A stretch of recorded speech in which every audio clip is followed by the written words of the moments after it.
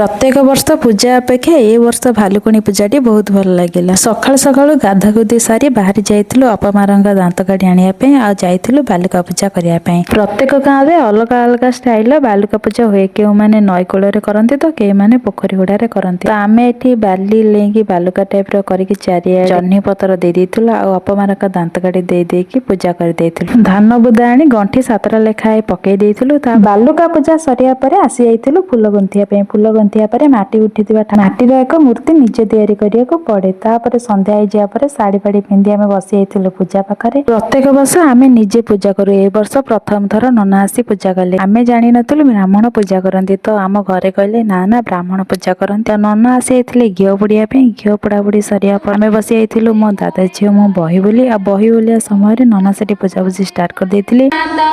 जे मते झियो न जुरिब ते मते सेवा करुथिब भोजन कराइब आनी कहिया पूर्वर सबाणी लोपिब कुंकुम चंदन गभा बांधिब देवपान। बही वाला सरिया पर नना सब पूजा पूजी सामग्री रेडी कर देथिला। पूजा सैला पर आमे पुष्पांजलि दे देथिलु। पुष्पांजलि सरिया पर बगरा कहि जाइथिला। केमिति लागिला हम भालुकुणी पूजाटी निश्चित भाबे कहबे। रहउची जय जगन्नाथ।